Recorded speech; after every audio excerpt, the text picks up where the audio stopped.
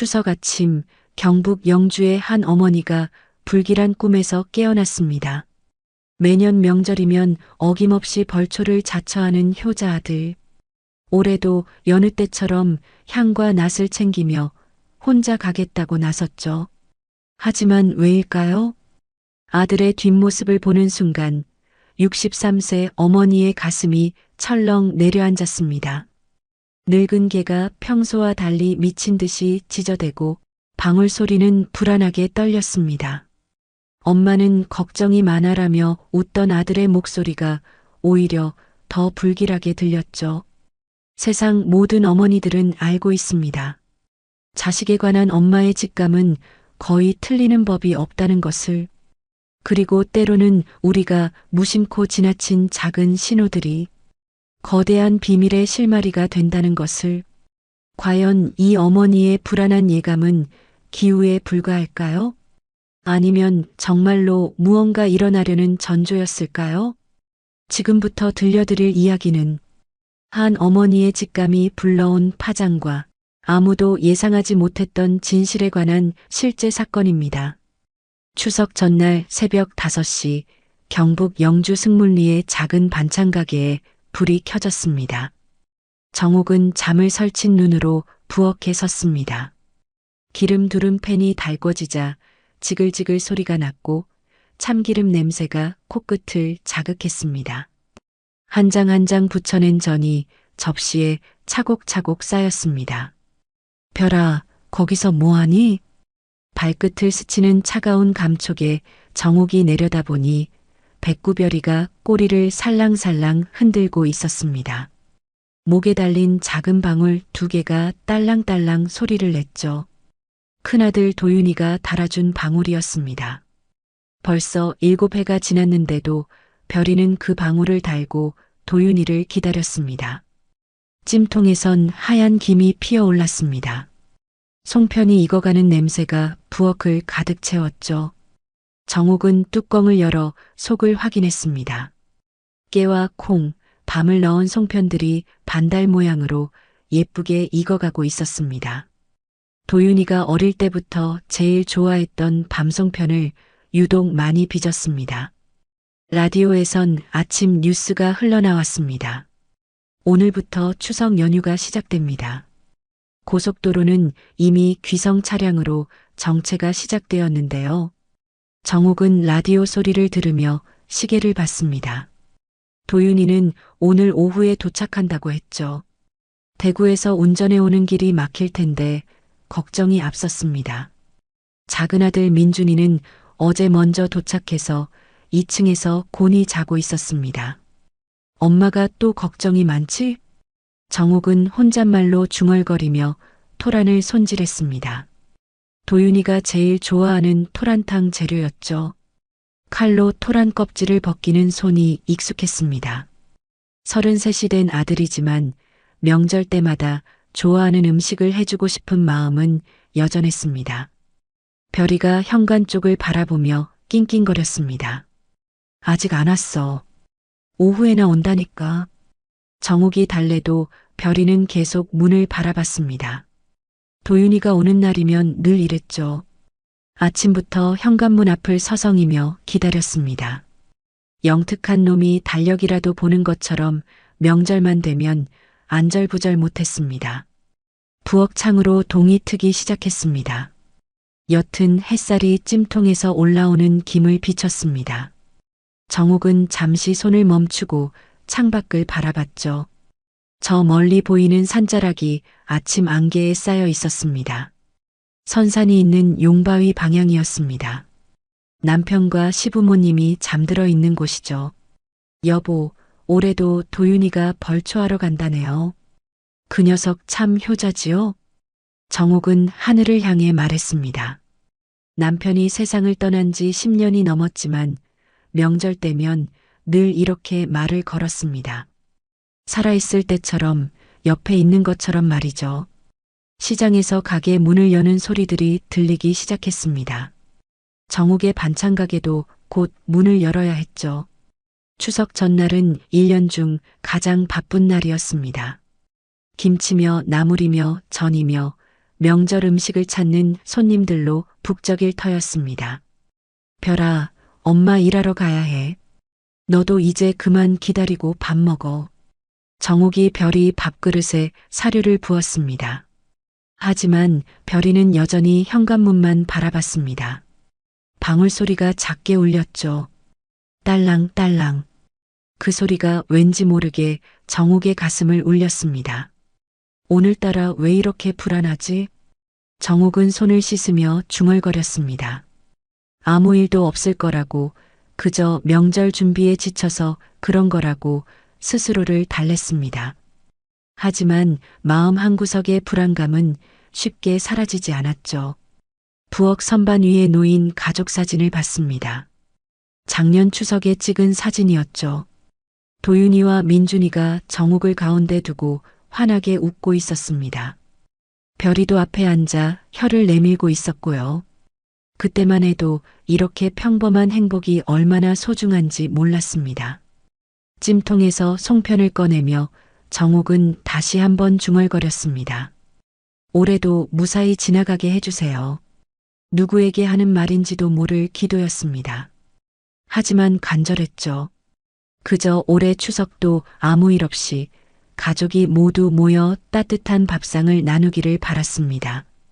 그것이 정옥이 원하는 전부였습니다. 아침 8시 승물리 시장은 추석 전날 특유의 활기로 가득했습니다. 정옥은 손님들에게 나물과 김치를 팔면서도 자꾸 시계를 확인했습니다. 도윤이가 오후에 도착한다고 했지만 마음이 자꾸 조급해졌죠. 정옥이 아니가. 굵은 목소리에 정옥이 돌아보니 최말순 권사가 다가오고 있었습니다. 68세의 나이가 무색하게 허리가 꼿꼿한 권사님은 이 동네 교회의 터줏대감이었죠. 손에는 솔가지 몇 개가 들려 있었습니다. 권사님, 송편에 넣으실 솔잎 구하셨네요? 그럼 산에서 아침 일찍 따온 거요. 향이 얼마나 좋은지 몰라. 권사님이 솔가지를 정옥 코앞에 가져다 댔습니다. 진한 소량이 코끝을 스쳤죠. 정옥은 잠시 눈을 감고 그 향을 맡았습니다. 어린 시절 아버지와 함께 산에 가던 기억이 스쳤습니다. 정옥이, 내가 늘 하는 말이지만 말이요. 권사님이 갑자기 진지한 표정으로 말을 꺼냈습니다. 사람 기억이란 게 참 신기해. 다 잊어도 냄새는 안 잊어져. 특히 소량 같은 건 말이야. 정옥이 고개를 갸웃거렸습니다. 무슨 말씀이세요? 우리 큰아버지가 치매 걸렸을 때 일이요. 가족도 못 알아보고 자기 이름도 못 댔는데 산에 데려가서 소량 맞게 하니까 갑자기 어머니를 부르더라고. 어무이, 나 여기 있어 하면서 말이야. 권사님의 눈가가 촉촉해졌습니다. 그때 깨달았어. 냄새가 기억을 먼저 깨운다는 걸. 머리는 잊어도 코는 기억한다는 걸 말이야. 정옥은 권사님의 말을 들으며 묘한 기분이 들었습니다. 왜 하필 오늘 이런 얘기를 하시는 걸까요? 권사님도 그래서 매년 솔잎 직접 따시는 거예요? 그럼 돌아가신 우리 영감 생각나게 하려고. 송편에 솔잎 깔아 놓으면 그이가 좋아했던 그 향이 나거든. 권사님이 씁쓸하게 웃었습니다. 근데 정옥이, 도윤이는 언제 오니? 오후에 온다고 했어요. 대구에서 운전해 오느라 힘들 텐데. 그 착한 아들, 올해도 벌초하러 가겠다고 하겠네? 정옥이 고개를 끄덕였습니다. 매년 혼자 다녀온다고 고집을 부려요. 민준이도 있는데 꼭 자기가 해야 한다고. 효자야, 효자.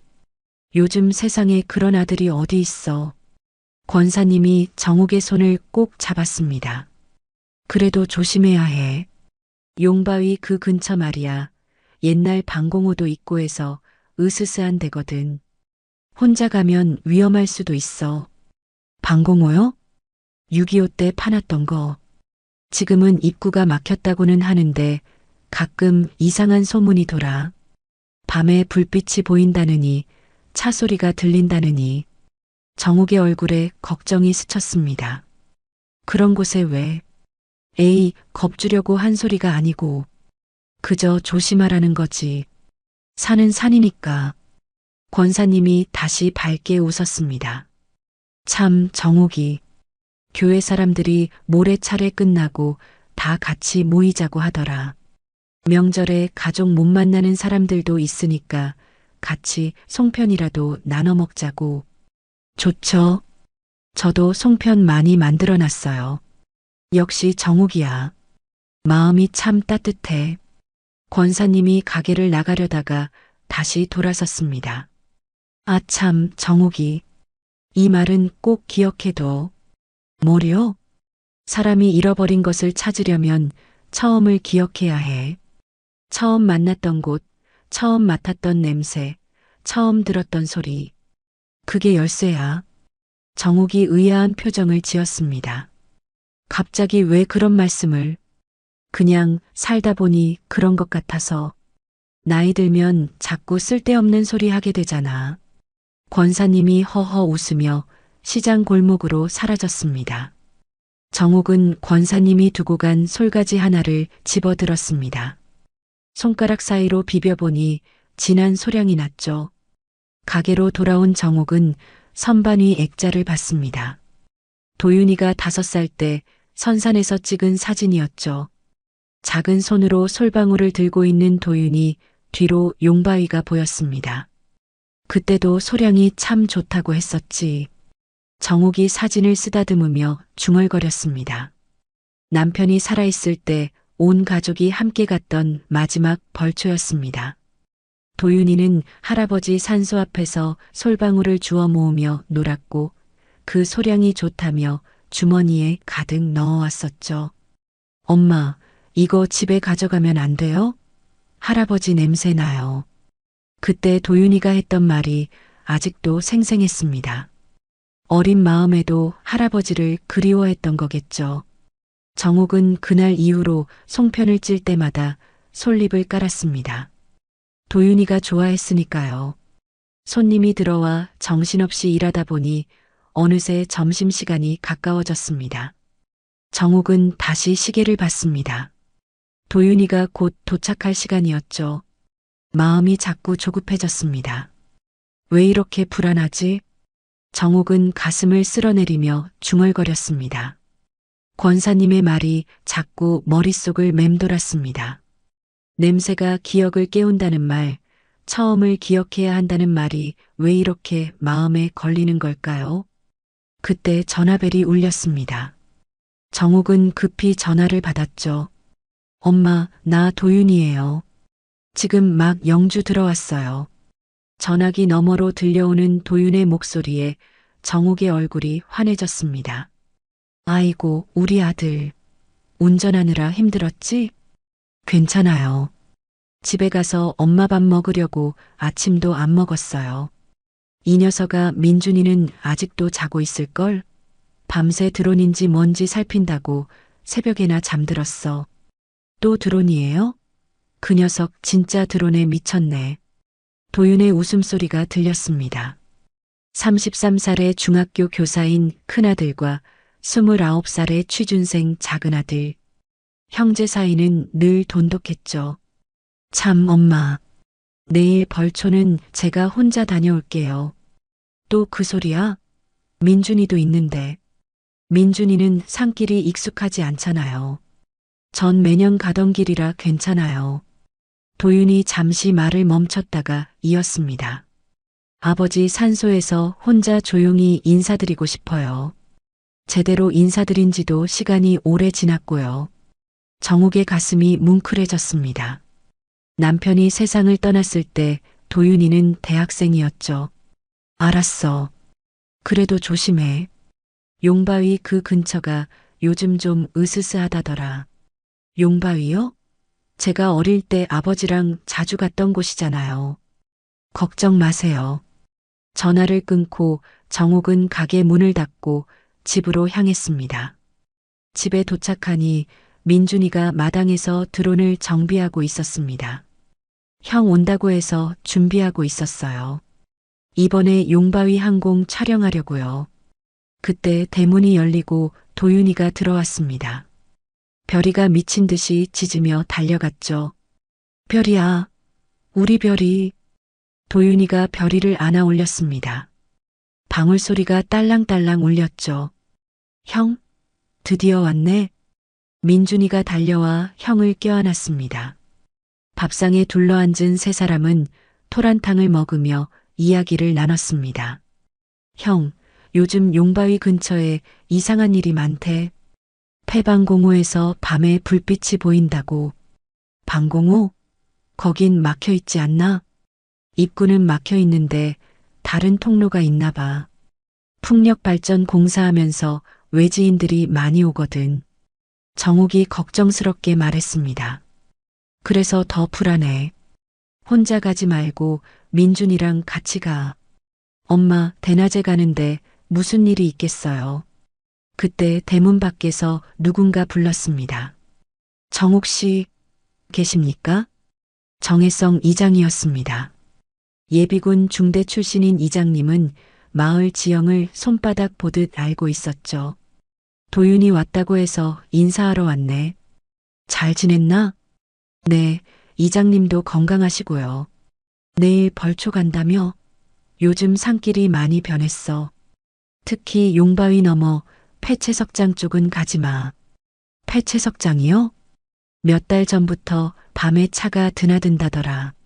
공식적으론 폐쇄된 곳인데 수상해. 이장님이 심각한 표정으로 말했습니다. 신고는 했는데 경찰이 가보면 흔적이 없대. 하여튼 조심해.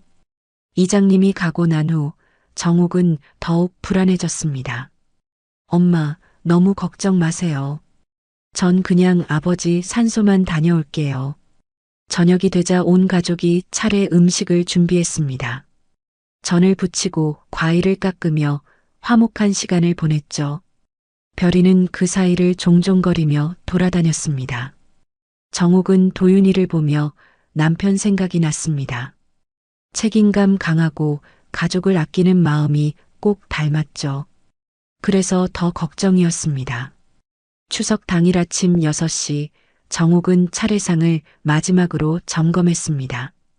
대추, 밤, 감, 사과가 가지런히 놓였고 삼색 나물과 각종 전이 담긴 접시들이 줄을 맞춰 있었죠.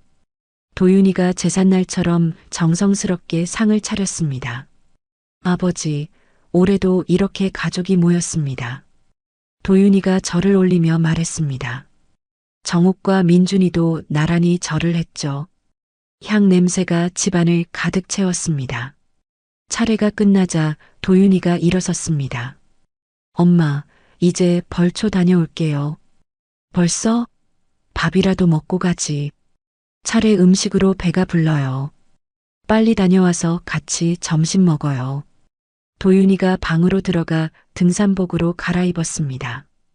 배낭에는 향과 초, 막걸리 한 병, 그리고 정옥이 싸준 송편 도시락이 들어 있었죠. 낙과 호미는 차 트렁크에 있다고 했습니다.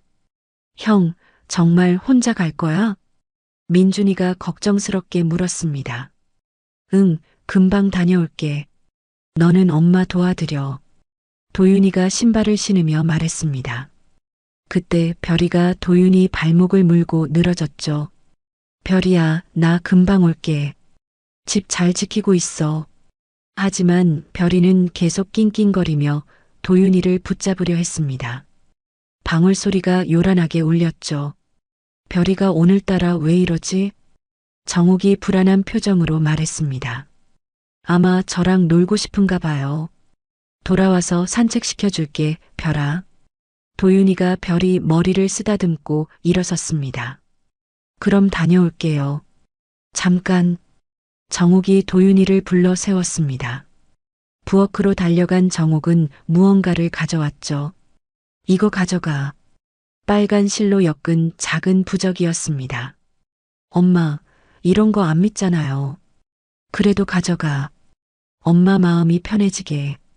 도윤이가 웃으며 부적을 주머니에 넣었습니다. 알았어요. 그럼 정말 다녀올게요.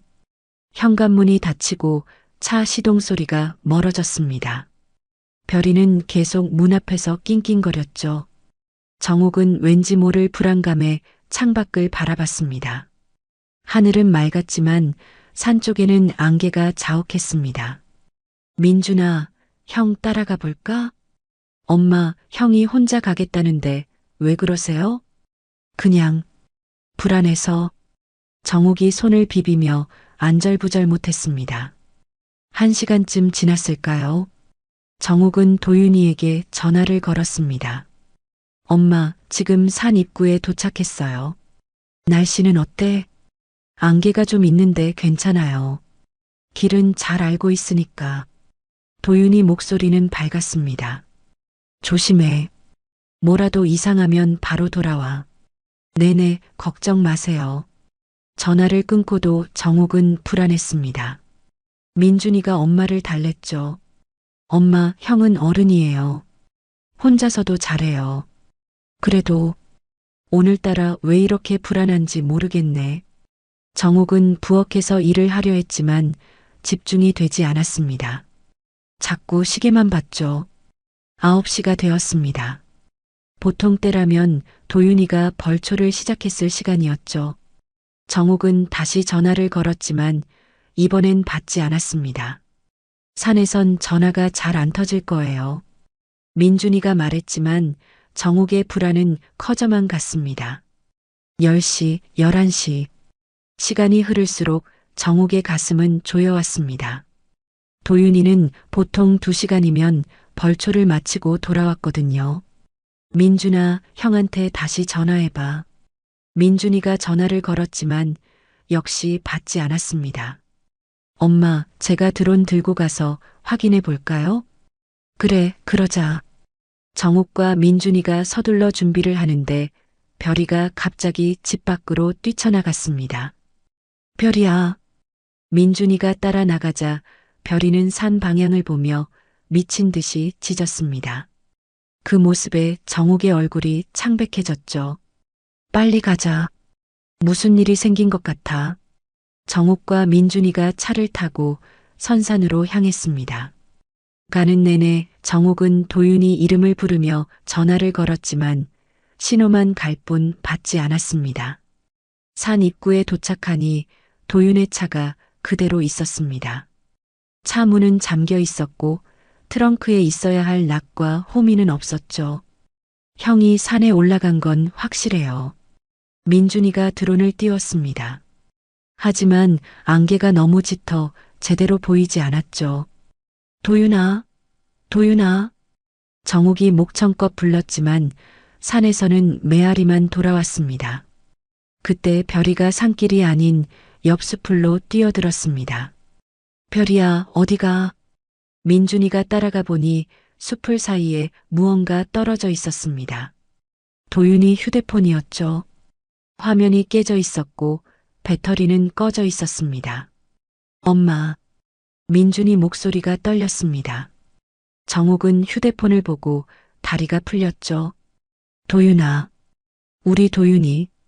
정옥은 깨진 휴대폰을 손에 쥔 채 그 자리에 주저앉았습니다. 민준이가 엄마를 부축했지만 정옥의 다리에는 힘이 들어가지 않았죠. 엄마, 일단 집에 가서 생각해요. 형이 그냥 휴대폰을 떨어뜨린 걸 수도 있잖아요. 민준의 말이 맞았습니다. 아직 확실한 건 없었죠. 하지만 정옥의 가슴속 불안은 점점 커져만 갔습니다. 아니야. 도윤이가 휴대폰을 이렇게 놔두고 갈 리 없어. 정옥이 떨리는 손으로 휴대폰 화면을 닦아봤습니다. 거미줄처럼 금이 가 있었죠. 누군가 일부러 떨어뜨린 것 같았습니다. 민준아, 경찰에 신고해야 하지 않을까? 엄마, 아직 실종된 지 2시간도 안 됐어요. 경찰이 받아줄까요? 민준의 말이 맞았습니다. 경찰은 보통 24시간이 지나야 실종 신고를 받아준다고 했죠. 정옥은 답답한 마음에 가슴을 쳤습니다.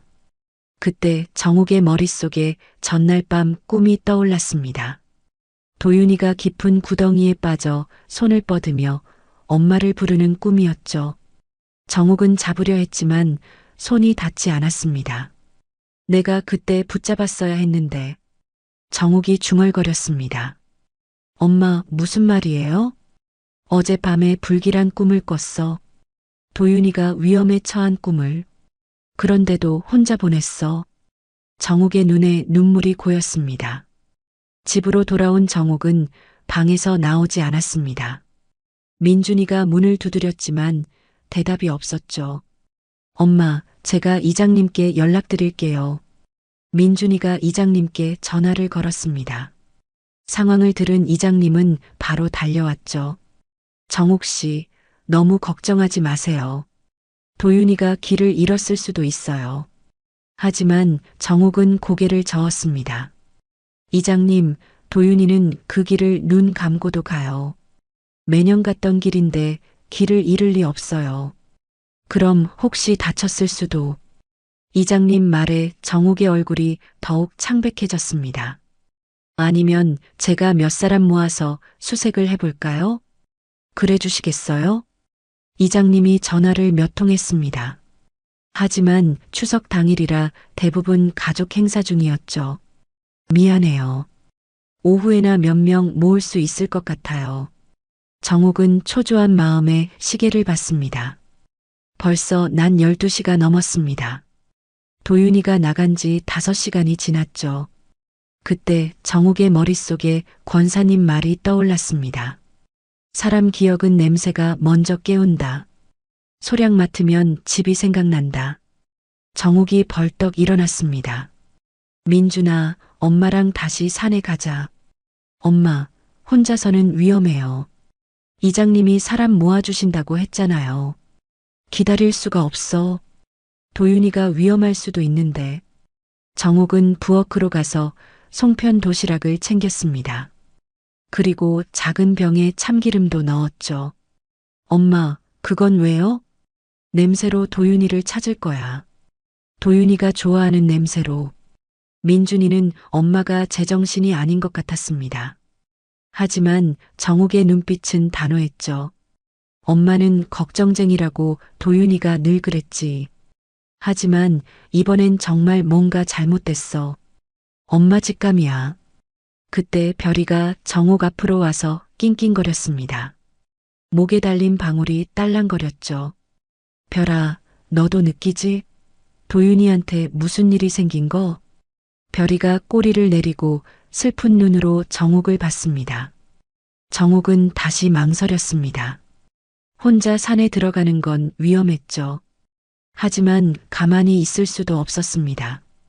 도윤이가 다쳤다면 한시라도 빨리 찾아야 했으니까요. 정욱 씨, 제가 같이 가죠. 이장님이 말했습니다. 하지만 이장님도 바쁘실 텐데. 우리 마을 보물 같은 도윤이인데 당연히 도와야죠. 민준이는 여기서 다른 사람들 연락하고 있어. 정욱은 고마운 마음에 이장님 손을 잡았습니다. 근데 정욱 씨, 혹시 도윤이가 다른 곳으로 갔을 가능성은 없을까요? 무슨 말씀이세요? 아니, 그냥 혹시 누군가 만나기로 했다거나. 정욱이 고개를 저었습니다. 도윤이는 약속이 없으면 절대 연락 없이 사라지지 않아요. 특히 명절날은요. 이장님이 고개를 끄덕였습니다. 그럼 일단 가보죠. 근데 정욱 씨, 너무 무리하지 마세요. 정욱 씨마저 다치면 안 되니까.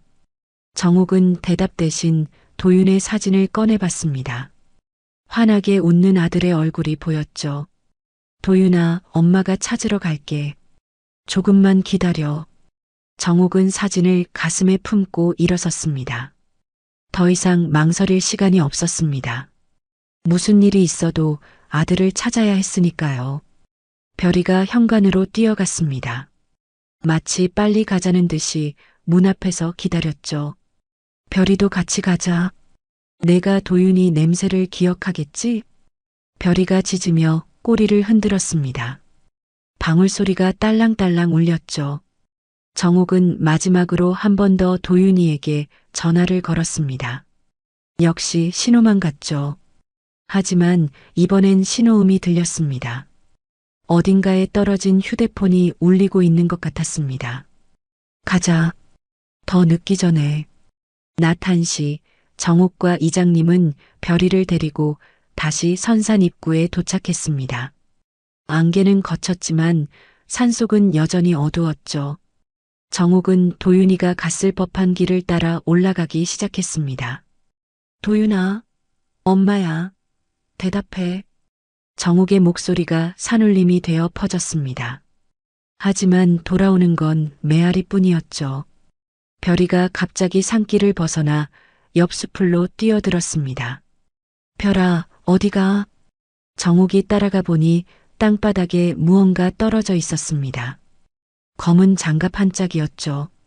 정옥이 집어들어 냄새를 맡아봤습니다. 진한 소량이 났습니다. 이건 도윤이 장갑이에요. 정옥이 장갑을 자세히 봤습니다. 한쪽이 찢어져 있었고 흙이 묻어 있었죠. 마치 무언가를 붙잡다가 떨어뜨린 것 같았습니다. 정옥 씨, 여기 좀 보세요. 이장님이 근처 나무를 가리켰습니다. 나무 껍질에 긁힌 자국이 있었고 그 아래 땅에는 끌린 듯한 흔적이 보였죠. 이건 누군가 끌려간 자국 같은데요. 정옥의 얼굴이 하얗게 질렸습니다. 안 돼. 도윤이가 납치된 건가요? 아직 확실하지 않아요. 일단 더 찾아봐요. 그들이 끌린 자국을 따라가자 별이가 미친 듯이 짖기 시작했습니다. 한 곳을 향해 계속 지저댔죠. 배수로 방향이었습니다. 별이가 뭔가 느끼는 것 같아요. 정옥이 별이를 따라 배수로로 갔습니다. 콘크리트로 만든 오래된 배수로는 방공호 쪽으로 이어져 있었죠. 이상해요. 여긴 도윤이가 갈 이유가 없는데. 그때 민준이가 숨을 헐떡이며 뛰어왔습니다. 엄마, 드론으로 뭔가 발견했어요. 민준이가 드론 화면을 보여줬습니다. 상공에서 찍은 영상에 이상한 바퀴 자국이 보였죠. 산길이 아닌 곳에 난 자국이었습니다. 이건 차바퀴 자국 같은데. 그런데 여기 보세요. 민준이가 화면을 확대했습니다. 바퀴 자국 옆에 뭔가 끌린 흔적이 함께 있었죠. 마치 썰매를 끈 것처럼 보였습니다. 누군가 도윤이를 차에 실어간 건가. 정옥이 울먹였습니다. 이장님이 정옥을 진정시켰죠. 아직 확실하지 않아요. 일단 마을로 돌아가서 사람들을 모아야 해요. 안 돼요. 도윤이를 더 찾아야 해요. 정옥이 소리쳤습니다. 그때 별이가 배수로 입구에서 뭔가를 물고 왔죠. 작고 동그란 물체였습니다. 이게 뭐지? 정옥이 받아보니 별이 방울 한 알이었습니다. 도윤이가 달아준 방울 2개 중 하나가 떨어진 거였죠. 여기서 별이 방울이 왜? 정옥이 방울을 들여다보니 피가 살짝 묻어 있었습니다. 피, 이건 피야. 정옥이 비명을 질렀습니다. 도윤이가 다친 게 확실했죠. 정옥 씨, 침착해요. 일단 경찰에 신고해야 해요. 이장님이 전화를 꺼냈습니다. 하지만 산속이라 신호가 잡히지 않았죠. 마을로 내려가야 해요. 싫어요. 전 여기서 더 찾을 거예요. 정옥이 고집을 부렸습니다. 그때 민준이가 엄마 팔을 잡았죠. 엄마, 이제 우리만으로는 안 돼요. 도움이 필요해요. 민준의 말이 맞았습니다. 정옥은 울면서 고개를 끄덕였죠. 마을회관에 도착하자 이장님이 방송으로 사람들을 불렀습니다. 긴급 상황입니다. 도윤이가 실종됐습니다. 도와주실 분은 회관으로 와주세요. 하나둘 사람들이 모이기 시작했습니다. 최말순 권사도 달려왔죠. 정옥이 무슨 일이야? 권사님, 도윤이가 사라졌어요. 정옥이 울먹이며 상황을 설명했습니다. 권사님 얼굴이 심각해졌죠. 배수로 쪽이라고? 거긴 위험한 곳인데. 뭔가 아세요? 옛날에 거기서 이상한 일이 많았어. 특히 방공호랑 연결된 곳은. 그때 박기람이 들어왔습니다. 44세의 전직 소방관이었죠. 제가 도와드리겠습니다. 구조 경험이 있어서 도움이 될 거예요. 고맙습니다, 기람 씨. 이어서 서우재 기자도 도착했습니다. 27살의 신입 기자였죠. 저도 돕겠습니다. 취재하면서 이 지역 정보를 많이 알고 있어요. 정옥은 고마운 마음에 눈물이 났습니다. 감사합니다. 정말 감사합니다. 이장님이 회관 바닥에 큰 지도를 펼쳤습니다. 자, 이제부터 체계적으로 수색해야 합니다. 우선 팀을 나눠서 정욱이 지도를 보며 도윤이가 있을 만한 곳을 짚었습니다. 여기 용바위, 그리고 선산. 아, 배수로도요. 배수로는 폐채석장으로 이어져 있어요. 거기가 수상하다는 소문이. 우재 기자가 말했습니다. 그럼 거기도 확인해야겠네요. 기람이 장비를 점검하며 말했습니다.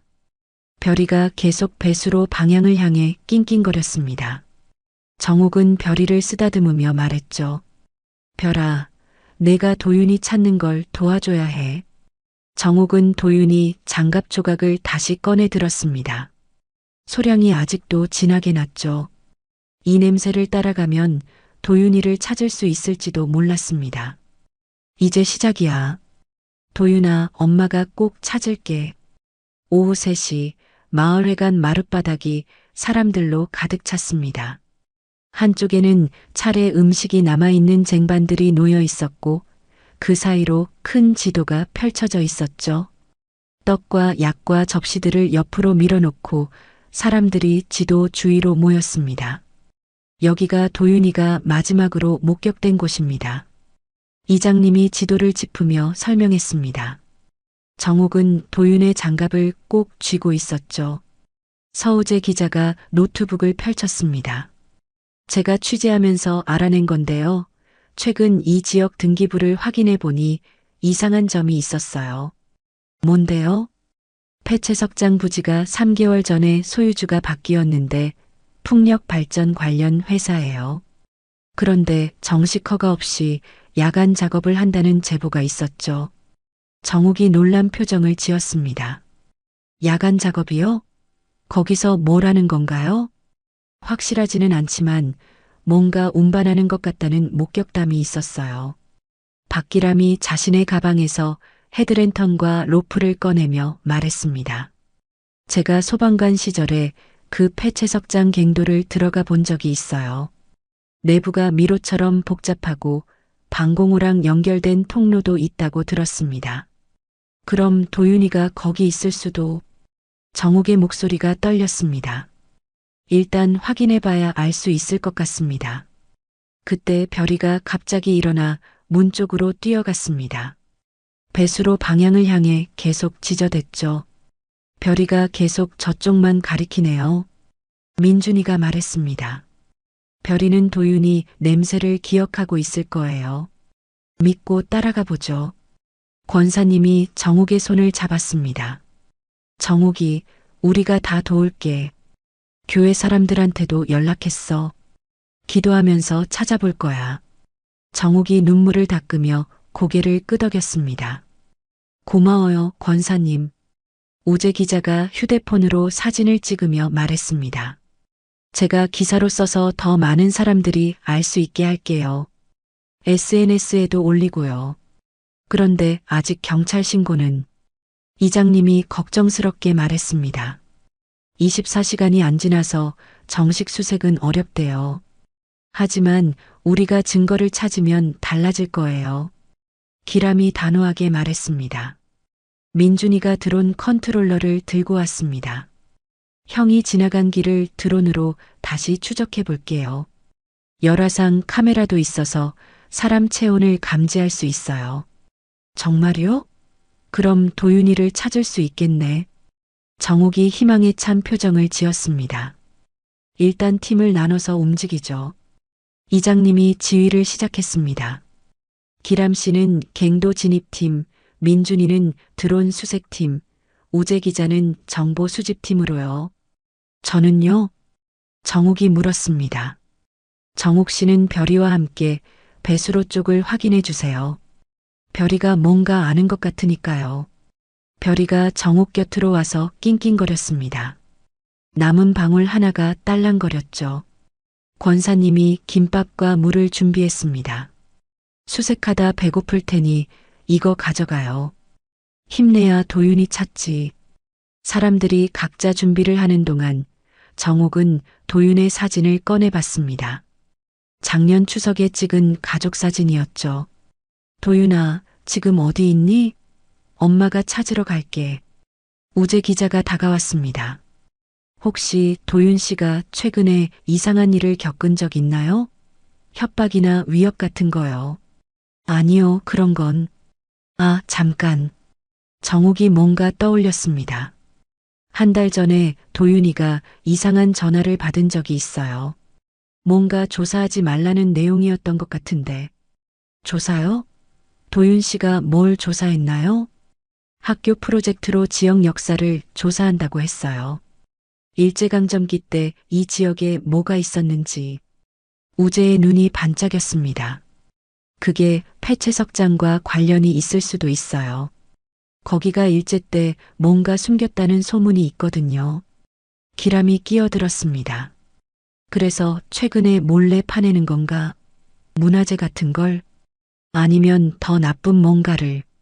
이장님이 심각한 표정을 지었습니다. 정옥은 점점 더 불안해졌습니다. 도윤이가 뭔가 위험한 일에 휘말린 것 같았죠. 빨리 찾아야 해요. 도윤이가 위험할 수도 있어요. 별이가 다시 문 쪽으로 뛰어갔습니다. 이번엔 더 급하게 지저댔죠.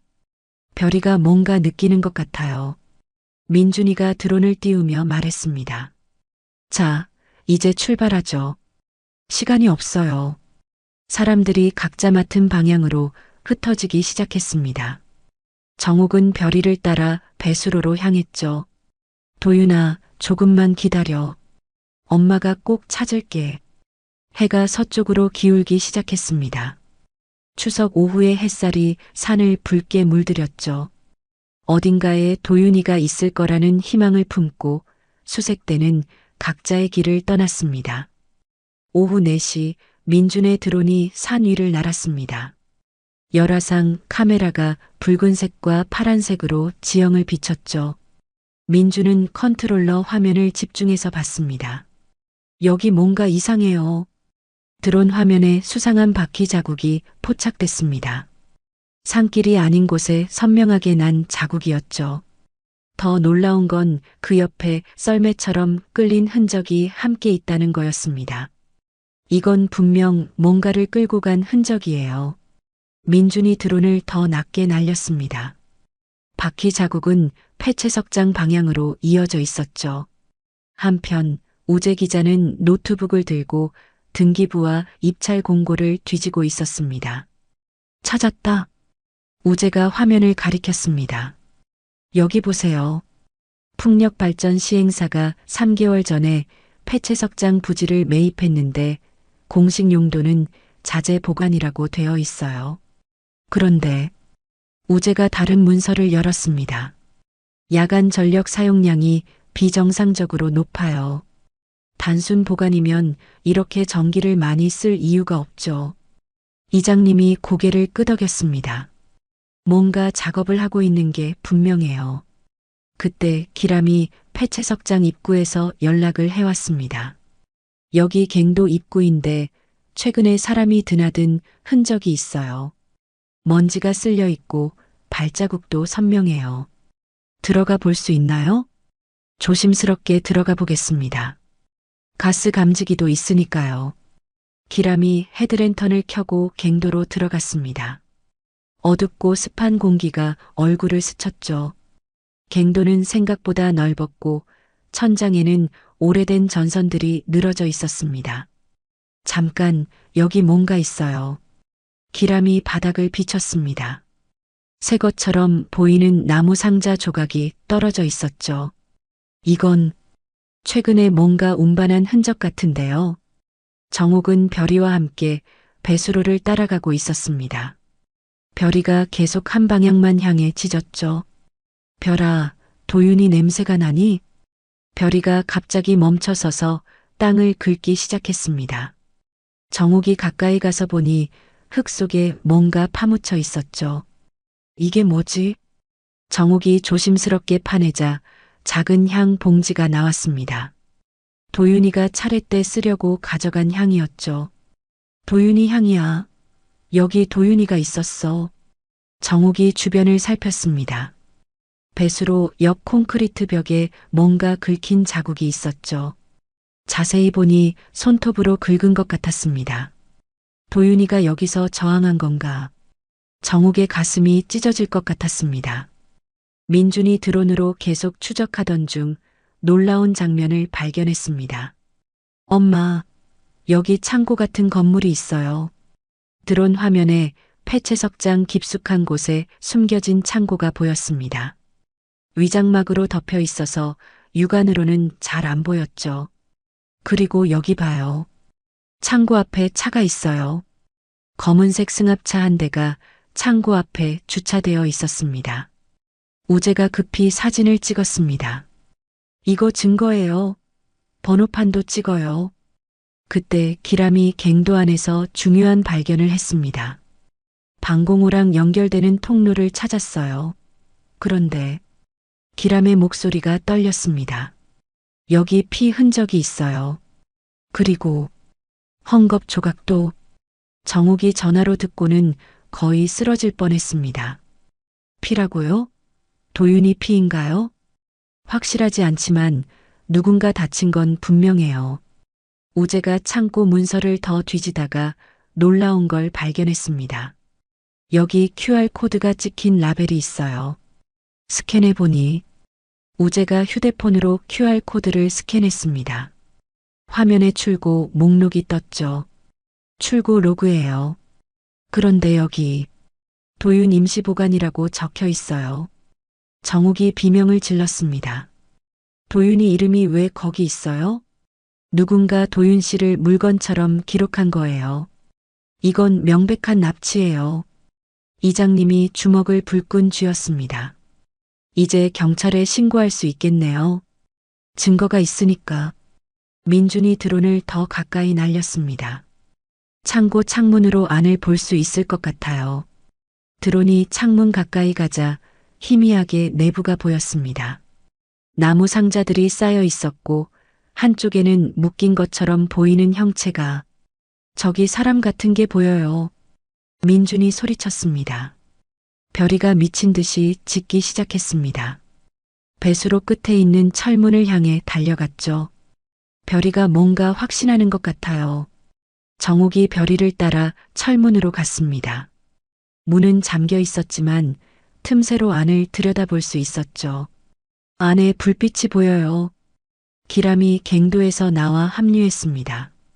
이 철문은 갱도 내부랑 연결돼 있을 거예요. 제가 다시 들어가서 확인해 볼게요. 우재가 급히 전화를 걸었습니다. 편집장님, 긴급 기사 써야 해요. 실종 사건인데 납치 정황이 확실해요. 하지만 전화 너머에서 난감한 목소리가 들렸습니다. 증거가 더 확실해야 기사를 쓸 수 있다고요? 하지만 우재가 한숨을 쉬었습니다. 기사가 막혔어요. 누군가 압력을 넣는 것 같아요. 정옥은 절망하지 않았습니다. 아니, 절망할 시간이 없었죠. 우리가 직접 구해야 해요. 도윤이를 우리가 찾아야 해요. 오후 5시 우재가 창고에서 찾은 QR 라벨을 다시 확인했습니다.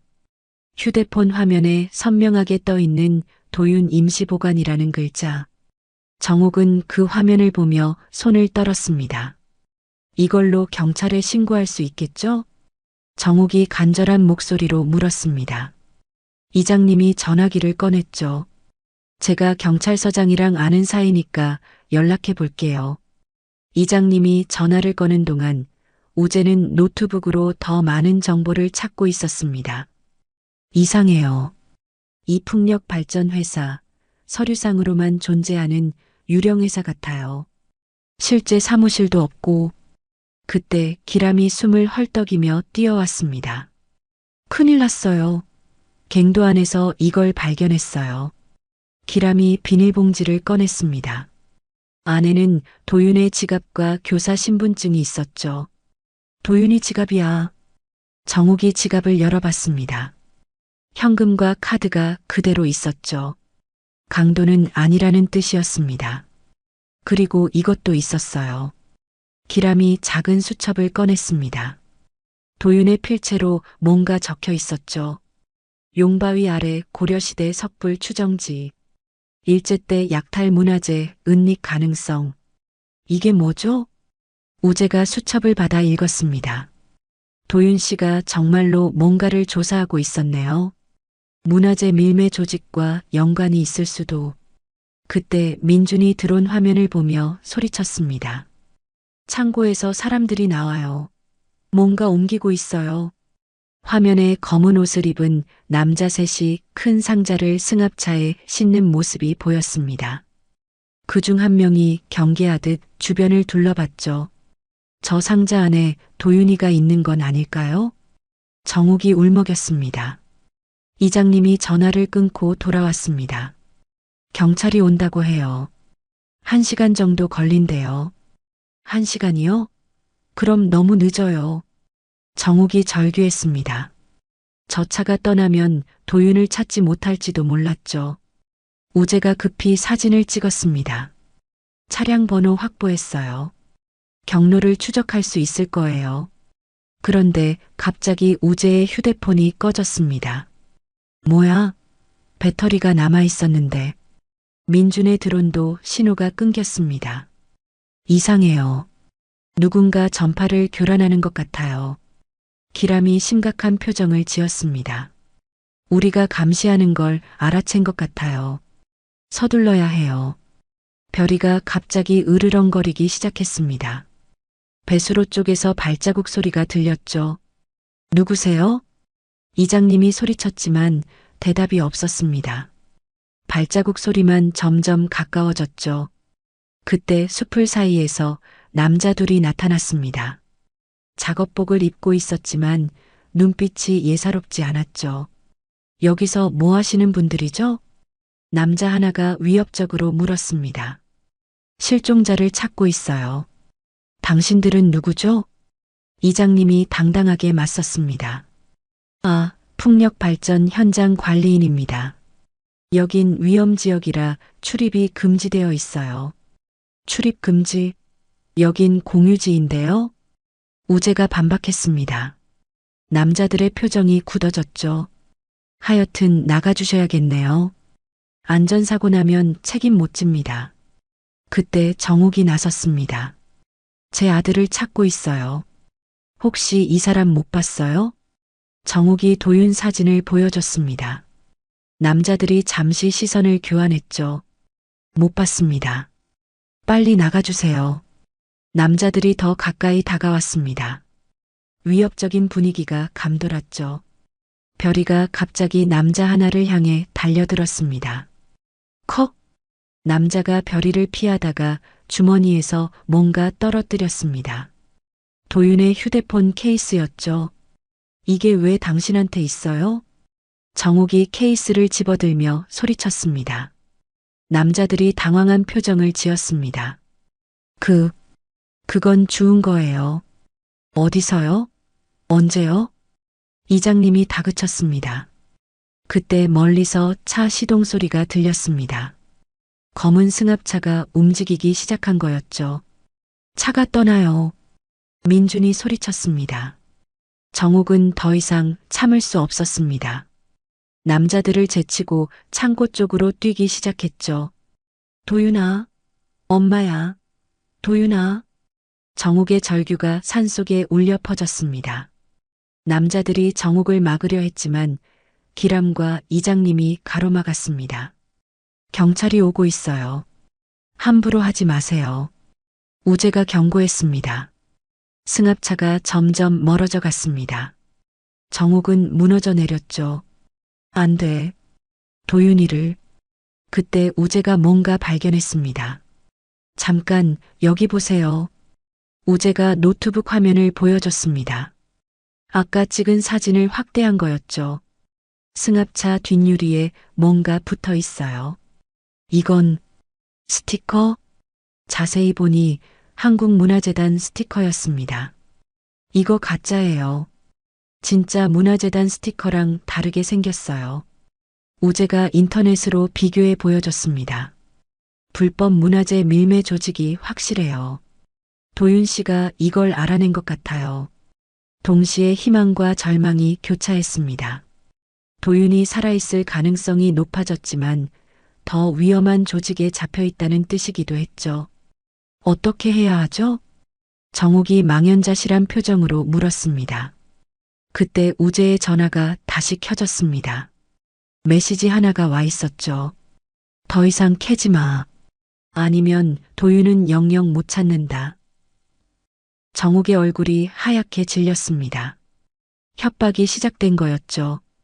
저녁 6시 정욱은 협박 메시지를 보며 손을 떨었습니다. 우재가 메시지를 다시 확인했죠. 발신자가 없어요. 추적이 안 되는 번호예요. 그때 정욱의 휴대폰도 울렸습니다. 모르는 번호였죠. 여보세요? 도윤 엄마시죠? 낮고 차가운 남자 목소리였습니다. 누구세요? 우리 도윤이 어디 있어요? 조용히 하시죠. 아들 살리고 싶으면 우리 말대로 하세요. 정욱이 숨을 멈췄습니다. 뭘 원하는 거예요? 간단해요. 도윤이가 조사한 자료 모두 넘기고 이 일에서 완전히 손 떼세요. 자료가 뭔데요? 도윤이는 그냥 학교 프로젝트. 거짓말하지 마세요. 도윤이가 용바위 아래 석불 이야기를 캐고 다닌 거 다 알아요. 전화가 끊어졌습니다. 정욱은 망연자실했죠. 석불이 뭐길래. 우재가 급히 검색을 했습니다.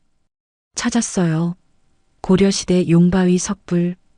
일제강점기 때 행방불명됐다가 최근 일본 경매시장에 나타났대요. 시가 수백억 원이래요. 이장님이 놀랐습니다. 수백억? 그럼 그놈들이 그걸 찾고 있는 건가? 도윤이가 그 위치를 알아낸 것 같아요. 그래서 그때 민준이가 당황한 표정으로 뛰어왔습니다.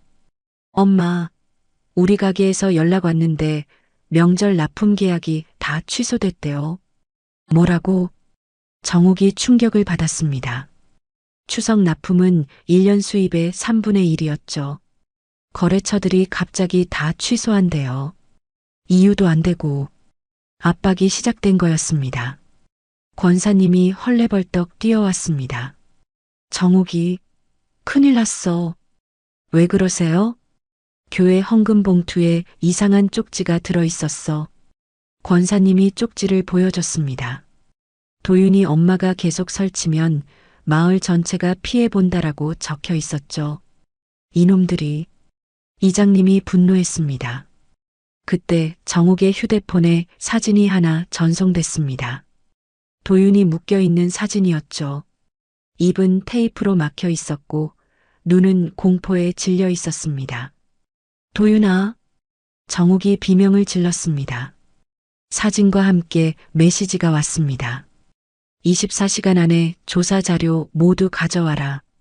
용바위 앞. 경찰에 신고하면 아들 못 본다. 기람이 주먹을 불끈 쥐었습니다. 이놈들 정말. 우재가 말렸습니다. 함부로 움직이면 안 돼요. 도윤 씨가 위험해요. 정욱은 눈물을 흘리며 도윤의 사진을 봤습니다. 아들이 너무 무서워하는 게 보였죠. 자료를 줘야겠어요. 도윤이를 구해야 해요. 하지만 자료가 뭔지도 모르잖아요. 민준이 말했습니다. 도윤이 방에 뭔가 있을 거예요. 가서 찾아봐요. 집으로 돌아온 정욱은 충격을 받았습니다. 현관문이 열려 있었고 집안이 엉망이었죠. 누군가 뒤진 흔적이 역력했습니다. 도윤이 방도. 도윤의 방은 더 심했습니다. 책상 서랍이 다 열려 있었고 노트북도 사라졌죠. 가져갈 건 다 가져갔네요. 민준이 한숨을 쉬었습니다. 그때 별이가 도윤의 침대 밑으로 들어갔습니다. 뭔가를 물고 나왔죠. 이게 뭐야? USB였습니다. 도윤이 숨겨둔 것 같았죠. 민준이 급히 자신의 노트북에 USB를 꽂았습니다. 형이 조사한 자료예요. 용바위 석불 위치 추정도까지 있어요. 정옥은 희망과 두려움이 교차했습니다. 이걸 주면 도윤이를 돌려줄까? 모르겠어요. 하지만 우재가 걱정스럽게 말했습니다. 증인인 도윤 씨를 살려둘까요? 정옥의 얼굴이 창백해졌습니다. 그때 이장님의 전화가 울렸습니다. 뭐라고? 지금 당장? 이장님이 전화를 끊고 심각한 표정을 지었습니다. 마을 이장 회의 긴급 소집이래요. 정옥 씨 일 때문에. 저 때문에요? 마을에 피해가 간다고 알아서 처리하라네요. 압박이 점점 심해졌습니다. 정옥은 고립되고 있었죠. 집으로 돌아온 정옥은 불을 켜려 했지만 전기가 나갔습니다. 정전? 왜 갑자기? 일부러 끄는 것 같아요. 민준이 휴대폰 플래시를 켰습니다. 암흑 속에서 정옥은 도윤의 사진을 꼭 쥐었습니다. 도윤아, 조금만 참아. 엄마가 꼭 구할게.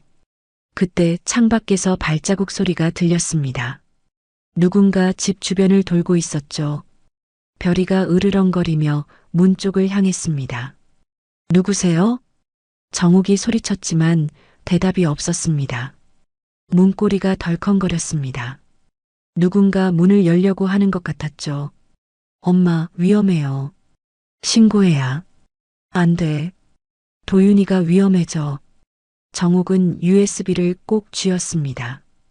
이것만이 도윤을 구할 수 있는 유일한 희망이었죠.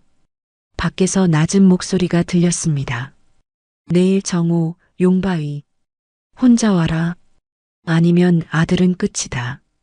발자국 소리가 멀어졌습니다. 정옥은 공포와 분노로 온몸을 떨었죠. 이놈들. 도윤이한테 뭔 짓을 한 거야? 민준이 엄마를 안았습니다. 형을 구할 방법이 있을 거예요. 포기하지 마요. 정옥은 아들을 안으며 결심했습니다. 무슨 일이 있어도 도윤이를 구해야 했습니다. 혼자서라도. 밤 9시 정전된 집에서 정옥은 촛불 하나만 켜놓고 앉아 있었습니다. 민준이가 이장님을 모시고 왔지만 이장님의 표정은 어두웠죠. 정옥 씨, 미안해요. 마을 사람들이. 이장님이 말을 잇지 못했습니다. 저 때문에 피해보는 거 알아요. 괜찮아요. 정옥이 힘없이 말했습니다. 경찰은 뭐래요? 단순 실종으로 처리한대요. 24시간도 안 지났고 성인 남성이라. 이장님이 한숨을 쉬었습니다. 증거가 있잖아요. USB도 있고 협박 메시지도 있고. 민준이가 항의했지만 이장님은 고개를 저었습니다. 발신자 불명이라 증거가 안 된대요. 그리고 뭐요? 위에서 압력이 들어온 것 같아요. 더 이상 개입하지 말라고. 정옥은 절망했습니다. 경찰마저 등을 돌린 거였죠. 그때 우재가 전화를 걸어왔습니다. 정옥님 죄송해요. 기사가 또 막혔어요. 또요? 편집장이 당분간 휴가 가라고 하네요. 좌천당할 것 같아요. 우재의 목소리에 미안함이 가득했습니다. 제 탓이에요. 우재 씨까지 피해봐서. 아니에요. 하지만 이제 제가 도울 수 없을 것 같아요. 죄송해요. 전화가 끊겼습니다. 정옥은 완전히 혼자가 된 기분이었죠. 기람도 연락이 왔습니다. 정옥 씨, 저도 빠져야 할 것 같아요. 기람 씨도요? 가족이 위협받고 있어요. 딸아이 학교에 이상한 사람이 왔다 갔대요. 기람의 목소리가 떨렸습니다. 죄송해요. 정말 도와드리고 싶은데. 이해해요.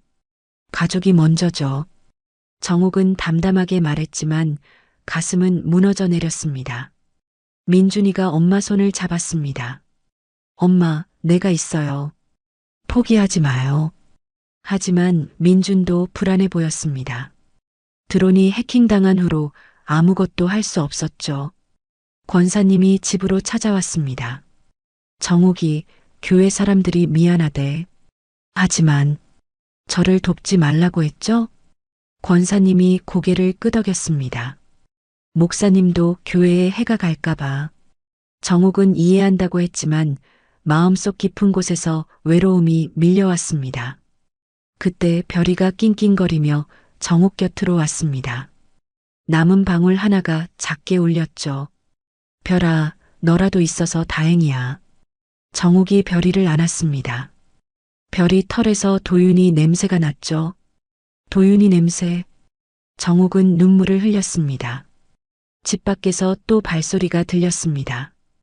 이번엔 여러 명이었죠. 정옥 씨, 나와보세요. 마을 사람 몇이 밖에 있었습니다. 표정이 좋지 않았죠. 무슨 일이에요? 당신 때문에 마을 전체가 피해보고 있어요. 풍력 발전 사업도 중단될 지경이래요. 한 사람이 거칠게 말했습니다. 그게 제 탓인가요? 전 그저 아들 찾는 건 알겠는데 마을 전체를 위험에 빠뜨릴 순 없잖아요. 사람들의 눈빛이 차가웠습니다. 정옥은 그들이 누군가에게 매수되었거나 협박받고 있다는 걸 알았죠. 알겠어요. 제가 조용히 할게요. 내일까지만이에요. 그 후엔 마을에서 나가셔야 할지도. 사람들이 돌아갔습니다. 정옥은 대문을 닫고 무너져 내렸죠. 도윤아, 엄마가 무능해서 미안해. 민준이가 엄마를 일으켰습니다. 엄마, 이상해요. 이 정도로 압박한다는 건 그들도 급하다는 거예요. 무슨 말이야? 내일이 뭔가 중요한 날인 것 같아요. 그래서 서두르는 거죠. 민준의 말이 맞았습니다. 내일 정오, 용바위. 뭔가 결정적인 일이 일어날 예정이었죠. 정옥은 USB를 꺼내봤습니다. 작은 플라스틱 조각이 도윤의 목숨을 좌우하고 있었죠. 이걸 주면 정말 도윤이를 돌려줄까? 엄마. 민준이 말하려다 멈췄습니다. 둘 다 알고 있었죠. 범인들이 증인을 살려둘 리 없다는 걸. 그때 정옥의 휴대폰에 또 메시지가 왔습니다. 마지막 경고다. 내일 혼자 와라. 주변에 사람 있으면 아들은 죽는다. 정옥은 휴대폰을 던져버렸습니다. 화면이 깨졌죠. 다 끝났어. 아무도 못 믿겠어. 정옥은 도윤의 방으로 갔습니다. 엉망이 된 방에서 도윤의 흔적을 찾았죠. 책상 위 가족 사진이 뒤집혀 있었습니다. 사진을 들어보니 뒤에 도윤의 메모가 있었습니다. 엄마 사랑해요. 무슨 일이 있어도 엄마는 최고예요. 정옥은 사진을 가슴에 품고 울었습니다. 도윤아, 엄마도 사랑해. 꼭 구할게. 혼자서라도. 촛불이 깜빡거렸습니다. 바람도 없는데 불꽃이 흔들렸죠. 마치 도윤이 대답하는 것 같았습니다. 정옥은 결심했습니다. 내일 혼자 가기로. 위험하지만 다른 방법이 없었죠. 별이가 정옥 곁에 바짝 붙어 잤습니다. 방울이 가끔 울렸죠. 그 소리가 정옥에게 작은 위로가 되었습니다. 별아, 내일 도윤이 데려올게. 약속해. 창밖으로 보름달이 구름에 가려졌습니다. 추석 보름달이 이렇게 슬퍼 보인 적이 없었죠. 밤 11시 정옥은 촛불 앞에 홀로 앉아 있었습니다. 민준이도 지쳐 잠들었고 집안은 고요했죠. 정옥의 손에는 별이가 떨어뜨린 방울 한 알이 쥐어져 있었습니다. 내가 놓으면 도윤이도 놓겠지. 정옥이 방울을 만지작거리며 중얼거렸습니다. 작은 금속 방울이 촛불에 반짝였죠. 머릿속으로 도윤과의 추억이 스쳐 지나갔습니다.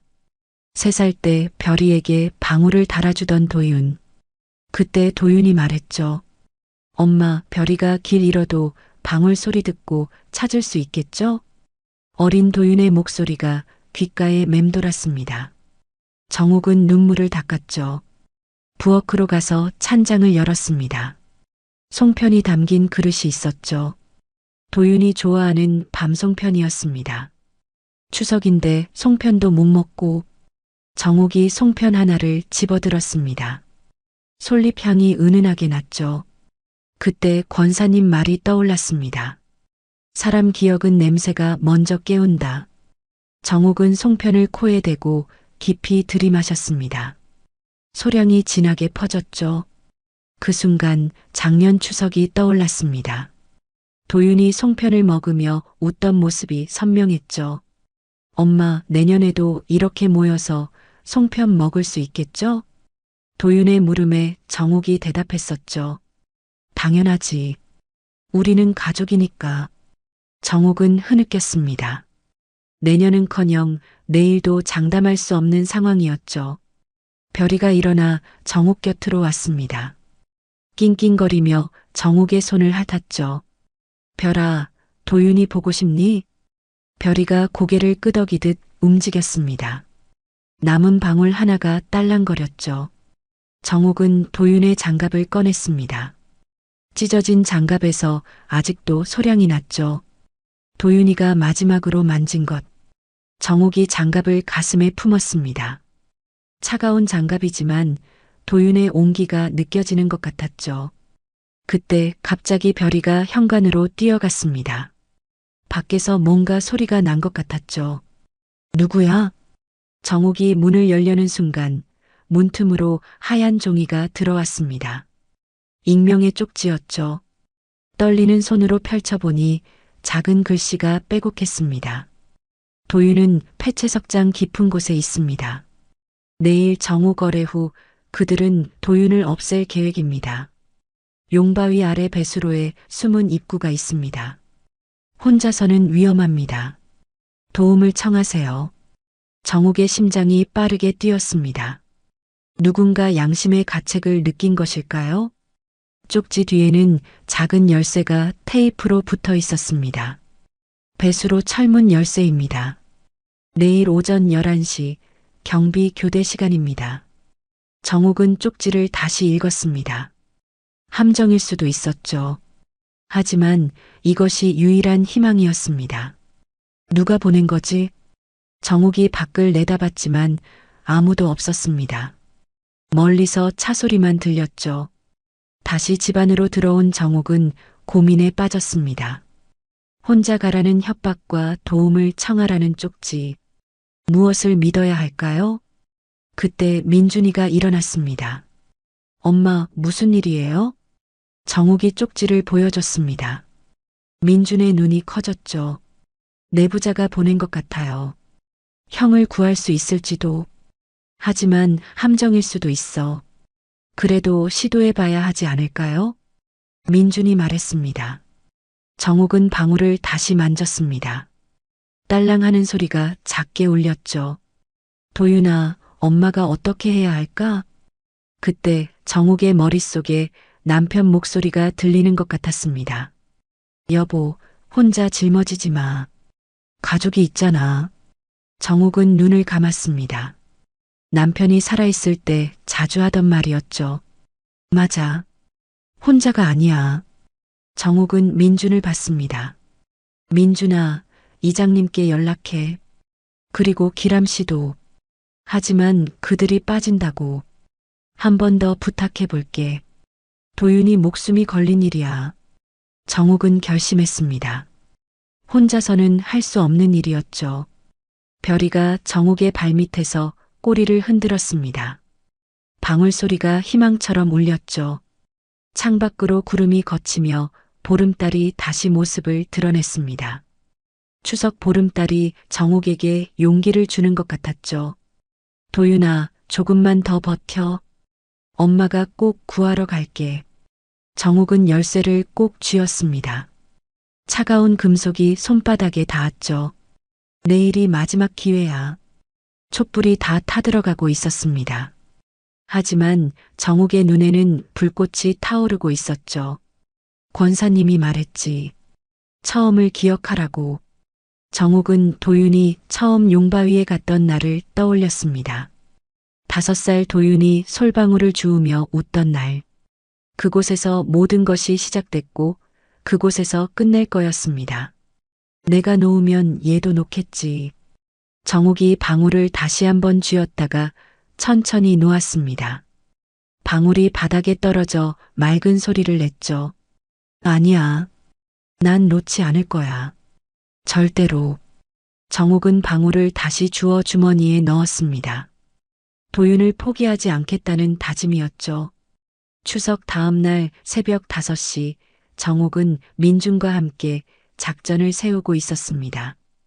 익명의 쪽지에 있던 열쇠와 교대 시각 정보가 테이블 위에 놓여 있었죠. 11시 교대 시간에 맞춰서 움직여야 해요. 민준이의 목소리가 단호했습니다. 하지만 정호의 용바위로 오라고 했는데 엄마, 그건 함정이에요. 형을 구하려면 그 전에 움직여야 해요. 그때 대문 밖에서 소리가 났습니다. 정욱이 긴장했지만 이장님 목소리가 들렸죠. 정욱 씨, 저예요. 문을 열자 이장님과 기람, 그리고 뜻밖에도 남춘식 할아버지가 있었습니다. 71살의 남춘식 할아버지는 수몰마을 이주민이었죠. 춘식 어르신이 왜? 내가 옛날 그 갱도 숨은 입구를 알아. 6.25 때 거기 숨었었거든. 할아버지의 눈빛이 날카로웠습니다. 도윤이 그 착한 아이를 구해야지. 마을 사람들이 겁먹어서 그렇지. 다들 마음은 아파하고 있어. 기람이 장비 가방을 내려놓았습니다. 가족 안전을 위해 물러났지만 생각해보니 이렇게 물러나면 평생 후회할 것 같아서요. 이장님도 고개를 끄덕였습니다. 나도 군대 출신이야. 전우를 버리고 갈 순 없지. 정욱의 눈에 눈물이 맺혔습니다. 고마워요. 정말 고마워요. 근데 작전이 필요해요. 기람이 지도를 펼쳤습니다. 11시에 배수로 입구로 진입하는 팀과 양동작전으로 정오에 용바위로 가는 팀으로 나눠야 해요. 전 용바위로 갈게요. 그들이 저를 기다리고 있을 테니까. 정욱이 말했습니다. 위험해요. USB를 미끼로 시간을 끌게요. 그 사이 여러분이 도윤이를 구해주세요. 그때 우재 기자가 헐레벌떡 뛰어왔습니다. 찾았어요. 우재가 노트북을 보여줬습니다. 어젯밤 해킹당한 CCTV 복구했는데 트럭 한 대가 톨게이트 방향으로 가는 게 찍혔어요. 오늘 낮에 뭔가 빼돌리려는 것 같아요. 그럼 도윤이도 막아야 해요. 하지만 어떻게? 그때 정욱에게 아이디어가 떠올랐습니다. 추석 귀경 차량? 뭐요? 오늘 추석 연휴 마지막 날이잖아요. 귀경 차량이 몰릴 거예요. 이장님이 무릎을 쳤습니다. 맞아. 톨게이트 진입로를 막으면 돼. 하지만 어떻게 막죠? 감자 수확철이야. 마을 트럭이랑 경운기 다 모으면 돼. 남춘식 할아버지가 씩 웃었습니다. 농사일로 가는 거야. 공도 주행은 합법이지. 속도 제한도 없고. 민준이가 흥분했습니다. 천천히 가면서 길을 막는 거네요. 그래.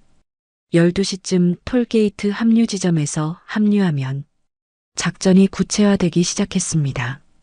권사님이 김밥과 물을 들고 왔습니다. 교회 사람들이 몰래 보낸 거야. 겉으로는 못 돕는 척해도 다들 기도하고 있어. 정욱이 권사님을 꼭 안았습니다. 권사님, 그리고 이것도. 권사님이 작은 주머니를 꺼냈습니다. 안에는 마른 솔잎이 가득했죠. 소량이 기억을 깨운다고 했잖아. 도윤이한테 맡게 해줘. 별이가 갑자기 짖기 시작했습니다. 동쪽 하늘이 밝아오고 있었죠. 시간이 없어요. 움직여야 해요. 기람이 시계를 확인했습니다. 정욱은 USB를 진짜와 가짜 2개로 준비했습니다. 진짜는 민준이가 갖고 있어. 경찰에 증거로 제출해야 해. 엄마는 가짜로. 시간을 끌게. 걱정 마. 이장님이 전화를 걸기 시작했습니다. 농기계 있는 집 다 연락할게. 이유는 묻지 말고 11시에 모이라고. 우재도 바빴습니다. 실시간으로 상황 중계할게요. SNS로 퍼뜨리면 그들도 함부로 못할 거예요. 남춘식 할아버지가 지팡이를 짚고 일어섰습니다. 갱도 입구는 배수로 철문에서 왼쪽으로 50m. 버드나무 뒤에 있어. 어르신은 위험하니까. 나도 간다. 길 안내해야지. 할아버지의 고집을 꺾을 수 없었습니다. 정옥은 도윤의 사진을 한 번 더 봤습니다. 도윤아, 이제 엄마가 데리러 갈게. 별이가 정옥 곁으로 왔습니다. 목에 남은 방울 하나가 딸랑거렸죠. 별이도 같이 가자. 내가 도윤이 냄새 찾아야 해. 모두가 각자 위치로 흩어지기 시작했습니다. 정옥은 마지막으로 뒤를 돌아봤습니다. 마을 사람들이 하나둘 모이고 있었죠. 겉으로는 농사에 가는 것처럼 보였지만 모두가 도윤을 구하러 가는 거였습니다. 고맙습니다. 모두 고맙습니다. 정옥은 속으로 중얼거렸습니다. 해가 산마루 위로 떠올랐습니다. 추석 연휴 마지막 날 아침이 밝았죠. 작전 시작이야. 이장님의 신호에 모두가 움직이기 시작했습니다. 감자 트럭들이 엔진을 켰고 경운기들이 줄을 지었죠. 정옥은 가짜 USB를 주머니에 넣고 용바위로 향했습니다. 진짜 결전의 시간이 다가오고 있었죠. 오전 11시 작전이 시작됐습니다. 정옥은 용바위로 향했고 기람과 민준, 남춘식 할아버지는 배수로 쪽으로 움직였죠.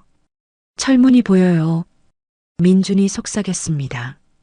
정옥이 준 열쇠를 철문에 넣자 잠금 장치가 풀렸죠. 열렸어요. 기람이 조심스럽게 문을 열었습니다. 안은 캄캄했지만 멀리 희미한 불빛이 보였죠. 한편 정옥은 용바위 앞에 도착했습니다. 검은 옷의 남자 둘이 기다리고 있었죠. 혼자 왔나? 네. 약속대로요. 정옥이 주변을 살폈습니다. 숨어 있는 사람이 더 있는 것 같았죠. USB 가져왔어? 먼저 아들을 보여주세요. 남자가 휴대폰을 꺼내 사진을 보여줬습니다. 도윤이 의식을 잃고 있는 모습이었죠. 도윤이 살아있어. 아직은. USB 내놔. 정옥이 가짜 USB를 꺼내 들었습니다. 이걸 주면 정말 아들을 돌려주나요? 그럼 우리도 살인자가 되고 싶진 않아. 거짓말이란 걸 정옥도 알았지만 시간을 끌어야 했죠. 그 시각 갱도 안으로 들어간 기람 일행은 도윤을 찾고 있었습니다. 여기 누군가 있어요. 민준이 손전등을 비췄습니다. 구석에 묶여있는 사람이 보였죠. 형이야. 도윤 형? 도윤은 의식이 없었습니다. 온몸이 축 늘어져 있었죠. 살아있어요. 맥박이 있어요. 기람이 확인했습니다. 남춘식 할아버지가 도윤의 코에 솔잎 주머니를 대었죠. 냄새로 깨워보자. 도윤의 눈꺼풀이 미세하게 떨렸습니다. 밖에서는 정옥이 계속 시연을 끌고 있었습니다. 이 USB가 진짜인지 어떻게 믿죠? 확인해보면 알겠지. 남자가 노트북을 꺼냈습니다. 정옥의 심장이 빠르게 뛰었죠. 그때 별이가 갑자기 짖으며 갱도 쪽으로 달려갔습니다. 뭐야, 걔가 왜? 남자들이 당황하는 사이 멀리서 경운기 소리가 들렸습니다. 무슨 소리지? 이장님이 이끄는 농기계 부대가 도로를 가득 메우며 천천히 움직이고 있었습니다. 감자를 가득 실은 트럭들이 시속 20km로 줄지어 갔죠. 젠장, 길이 막혔어. 검은 승합차가 빠져나가려 했지만 농기계들에 둘러싸였습니다. 비켜, 비키라고. 남자들이 소리쳤지만 농민들은 못 들은 척했죠. 추석에 감자 팔러 가는데 왜 그러세요? 이장님이 능청스럽게 말했습니다. 갱도 안에서는 도윤이 조금씩 의식을 되찾고 있었습니다. 엄마, 형, 정신 차려. 민준이가 도윤을 부축했습니다. 기람이 밧줄을 끊었죠. 빨리 나가야 해요. 그들이 도윤을 데리고 나오자 별이가 미친 듯이 도윤에게 달려들었습니다. 별이야. 도윤이 희미하게 웃었습니다. 용바위에서 남자들이 USB를 확인하던 중 가짜임을 알아챘습니다. 이거 가짜야. 속였어? 남자가 정욱에게 다가왔습니다. 그때 경찰 사이렌 소리가 들렸죠. 경찰이다. 꼼짝 마. 우재가 중계하던 영상을 본 경찰이 드디어 도착한 거였습니다. 남자들이 도망치려 했지만 톨게이트로 가는 길은 농기계들이 막고 있었죠. 길을 비켜. 감자가 떨어져서 못 비키겠는데요? 한 농민이 일부러 감자 포대를 쏟았습니다.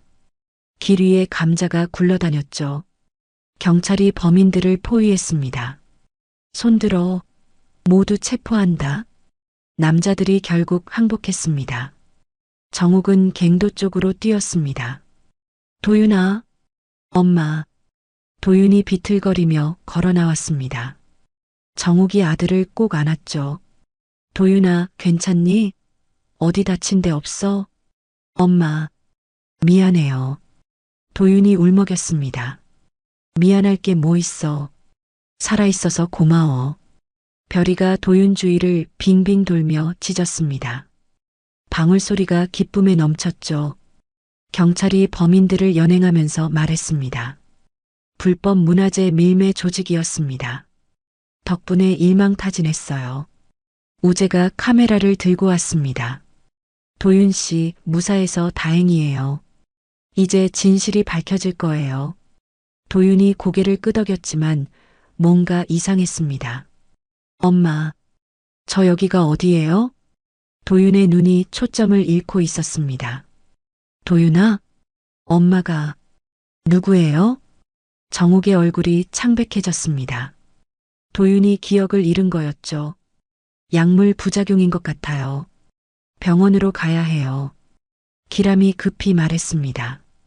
구급차가 도착했습니다. 도윤을 싣고 떠나는 구급차를 보며 정욱은 울었죠. 아들을 구했지만 도윤은 엄마를 기억하지 못했습니다. 마을 사람들이 하나둘 모였습니다. 정욱 씨, 힘내요. 도윤이 살아있잖아요. 권사님이 정욱의 손을 잡았습니다. 기억은 돌아올 거예요. 시간이 걸려도. 이장님도 위로했습니다. 오늘 정욱 씨 덕분에 마을이 하나가 됐어요. 농민들이 감자를 치우며 웃었습니다. 이렇게 감자가 쏟아질 줄 누가 알았겠어요? 모두가 웃었지만 정욱의 마음은 무거웠습니다. 병원으로 가는 길, 정욱은 도윤의 손을 꼭 잡았습니다. 도윤아, 엄마야. 기억 안 나도 괜찮아. 엄마가 기다릴게. 별이가 구급차 뒤를 따라 뛰었습니다. 방울소리가 멀어져 갔죠. 1년 후 추석, 용바위 앞. 정욱은 도윤, 민준과 함께 선산을 찾았습니다.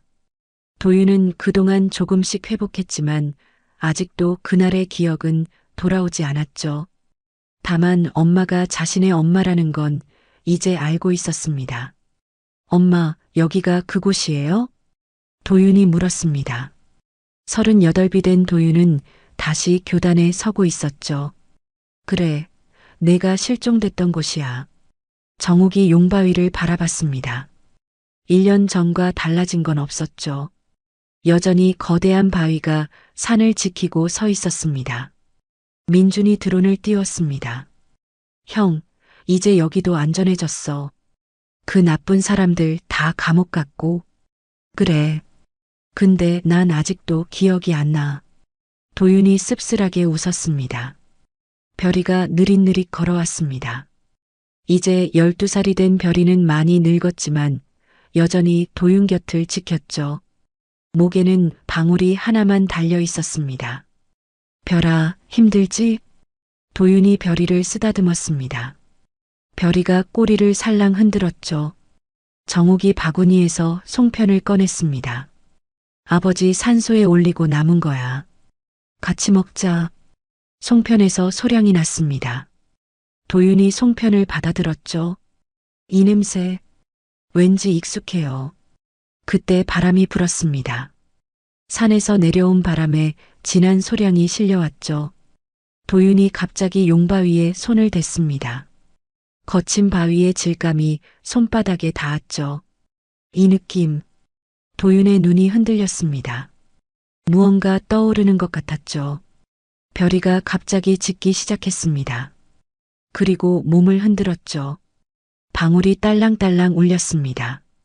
그 순간 도윤의 머릿속에 파편처럼 기억이 스쳤습니다. 소량, 바위의 차가운 감촉, 별이의 방울소리. 아, 도윤이 무릎을 꿇었습니다. 정욱이 놀라 도윤을 붙잡았죠. 도윤아, 괜찮아? 도윤이 고개를 들었습니다. 그의 눈에 눈물이 고여 있었죠. 엄마. 그 한마디에 모든 게 담겨 있었습니다. 1년 만에 처음으로 진짜 엄마라고 부르는 목소리였죠. 기억나? 도윤아, 기억이 돌아왔어? 엄마. 그날, 제가 벌초 가다가 도윤이 울먹였습니다. 누군가 뒤에서, 그리고 별이가 짖었어요. 방울소리가, 기억이 조금씩 돌아오고 있었습니다. 완전하지는 않지만 엄마를 진짜 엄마로 기억하게 된 거였죠. 민준이도 눈물을 흘렸습니다. 형, 드디어 돌아왔구나. 세 사람이 서로를 꼭 안았습니다. 별이도 그들 주위를 돌며 꼬리를 흔들었죠. 저녁이 되었습니다. 보름달이 떠올랐죠. 1년 전 그날처럼 크고 밝은 추석 보름달이었습니다. 마을회관에서 잔치가 열렸습니다. 도윤의 기억이 돌아온 걸 축하하는 자리였죠. 도윤이가 돌아왔어. 권사님이 기뻐했습니다. 이제야 진짜 끝이구나. 이장님도 흐뭇하게 웃었습니다. 기람과 우재도 왔습니다. 1년 동안 그들은 정옥 가족과 가까운 친구가 되었죠. 도윤 씨, 축하해요. 우재가 악수를 청했습니다. 그동안 도와주셔서 감사해요. 도윤이 진심으로 인사했습니다. 테이블 위에는 송편이 가득했습니다. 모두가 송편을 나눠 먹으며 웃었죠. 정옥은 창밖을 봤습니다. 보름달이 구름 한 점 없는 하늘에 떠 있었죠. 여보, 도윤이가 돌아왔어요. 정옥이 하늘에 대고 속삭였습니다. 도윤이 엄마 곁으로 왔습니다. 엄마, 이제 기억해요. 엄마가 절 찾으러 왔던 것도, 엄마가 얼마나 힘들었는지도. 괜찮아. 내가 돌아와서 그걸로 충분해. 도윤이 주머니에서 뭔가 꺼냈습니다. 1년 전에 잃어버렸던 별이의 방울이었죠. 이걸 찾았어요. 용바위 틈에 끼어 있었어요. 정욱이 방울을 받아들었습니다. 작은 방울이 딸랑 소리를 냈죠. 이제 별이한테 돌려줘야겠네. 별이가 다가왔습니다. 정욱이 방울을 별이 목에 다시 달아줬죠. 2개의 방울이 함께 울렸습니다. 이제야 완전해졌구나. 민준이 말했습니다. 송편을 먹으며 정욱은 생각했습니다. 권사님 말이 맞았죠. 냄새가 기억을 깨운다고. 소량과 바위의 감촉, 방울 소리가 도윤의 기억을 되살린 거였습니다. 엄마. 도윤이 정욱을 불렀습니다. 응? 사랑해요. 나도 사랑해, 아들. 보름달 아래 송편 한 접시를 앞에 두고 가족은 오래도록 함께 있었습니다. 별이의 방울소리가 밤 공기에 맑게 울렸습니다. 딸랑딸랑. 그것은 끝이 아니라 새로운 시작의 소리였습니다. 여러분의 기억 속엔 어떤 특별한 향이 남아있나요? 어머니가 붙여주시던 전 냄새, 할머니 댁 마루에서 나던 나무향, 아니면 첫사랑과 걸었던 길가의 아카시아 향일 수도 있겠죠. 우리는 때로 잊고 살았던 소중한 순간들을 한 줄기 향기로 다시 만나곤 합니다. 오늘 이야기 속 도윤이처럼 우리 모두는 향기라는 보이지 않는 끈으로 사랑하는 사람들과 연결되어 있는지도 모릅니다. 이번 추석 가족과 함께 송편을 빚으며 솔잎향을 맡아보는 건 어떨까요? 그 향기 속에서 잊고 있던 따뜻한 기억이 되살아날지도 모르니까요. 우리네 사연극장은 앞으로도 꾸준히 감동적인 사연 이야기로 찾아뵙겠습니다. 새로운 이야기를 놓치시지 않으려면 채널 구독을 해두세요.